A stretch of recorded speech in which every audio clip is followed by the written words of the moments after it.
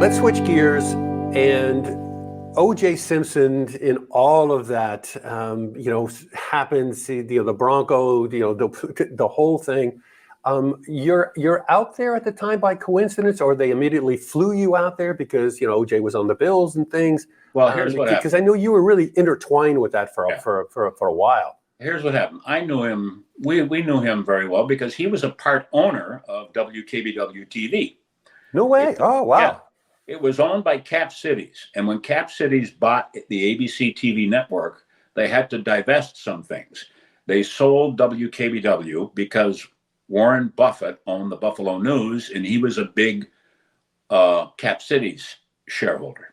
So they sold WXYZ TV and kept WJR Radio in Detroit. They couldn't keep both. So things happened. So anyway, I knew OJ. He was in town a lot. He had a bar. He was part owner of a bar there. So anyway, this thing happens. So I flew out there with a photographer and went right to his house. Satellite trucks all up and down the street. And this is a fancy street in Brentwood outside of Los Angeles. Mm-hmm.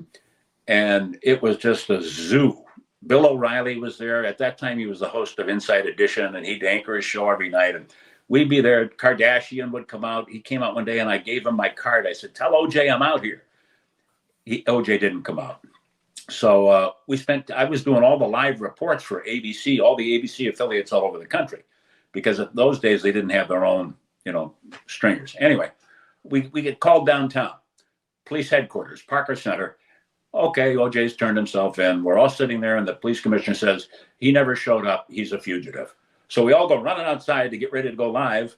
And then we look on the monitor, and there's a Bronco chase going on. And we're like, what? And then they said, okay, ABC's coming to you right now. I said, well, what am I going to say? So anyway, I go on. I just kept talking for hours. And then they finally, he went home. They got him. And I could see, it was dark by then, and you could see all the helicopters coming downtown in the sky, following the motorcade. And I was standing in the driveway behind the police headquarters, and the car pulled in, and OJ was sitting in the middle seat, in the back seat, policemen on each side of him, and he looked very down. And they took him in, and you could see it was all glass. You could see them stand there, and they fingerprinted him. So I watched all that. Then they sent him to county jail. So I went live from there for a couple of days, and then I had to get back because I was an anchor.